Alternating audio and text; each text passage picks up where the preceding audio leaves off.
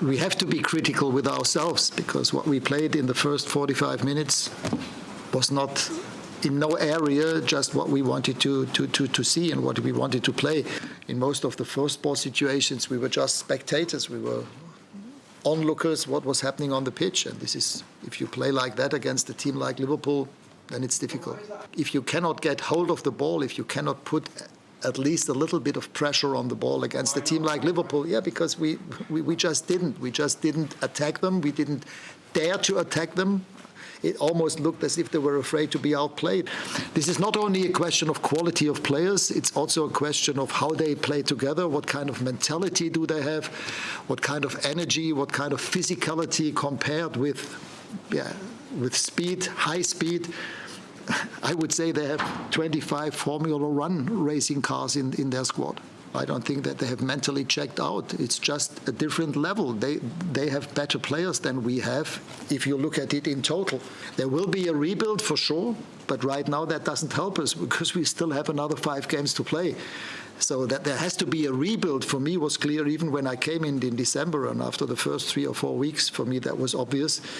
But right now it doesn't help, and for us it's extremely embarrassing, also as a coaching staff, to have press conferences like the one we have right now. But we just have to admit they are better than us. Well, take a look at this. Complete domination for Liverpool, completing nearly 800 passes, 3 times as many as United, who managed just 2 shots with an XG of 0.11. United had less than 30% possession, and as you can see from the heat map, they spent most of the game inside their own half. I've never seen it as bad as that. I've never seen it. You made a point before. Liverpool, when we were playing, weren't that great. But I don't think they ever gave us a game like that. It was always tough. It was always hard to beat Liverpool at Old Trafford and at Anfield. I've never seen a Manchester United team wilt and be as flaky in a game of football or Liverpool in my 40 years. You into Anfield tonight when you're actually still fighting for top 4. I never mind fighting for top 4. Trying to stop Liverpool winning 4 trophies. If I went to Old Trafford, that'd be as big as me getting in the top 4. We can't let these win the league. Not really anger anymore. It's just sadness where the club is at. I just think it's from the top. You look at the manager situation, you look at the recruitment over the last few years. They're so far off it. It doesn't reflect on the Man United I played for. It's like a completely different club. There's no, whatever we had when I played, and there was always that bit of pride. I think it's gone out of the club now. There's some decent players out there. They've got talent. They've played at good levels.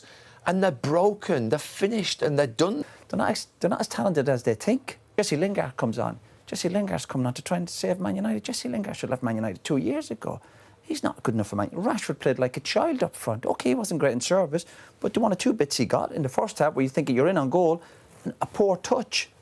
Defensively, we're trying to help Maguire out here. Well, we were trying to do it before the match, give him a little bit of PR.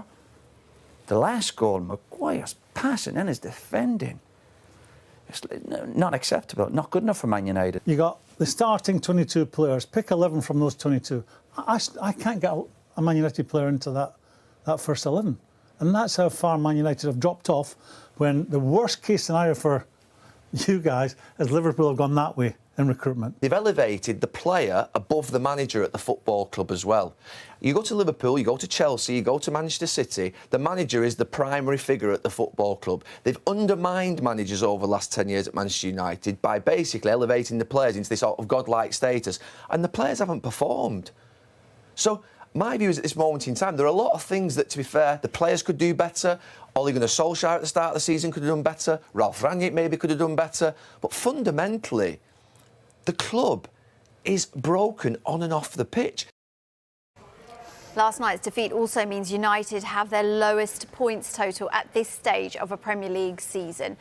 The 4 lowest totals are all since Sir Alex Ferguson retired, and as you can see there, and have all come under different managers. It would be interesting to know this guy's thoughts, wouldn't it? Erik Ten Hag on last night's game as he nears appointment as United's next manager. Rangnick outlined the overhaul he expects to be required and the example to follow. The team needs a rebuild. not because some players have to go, but quite a few players have no contracts anymore. Their contracts are expiring. And therefore, for me, it's clear that there will be, I don't know, 6, 7, 8, maybe 10 new players.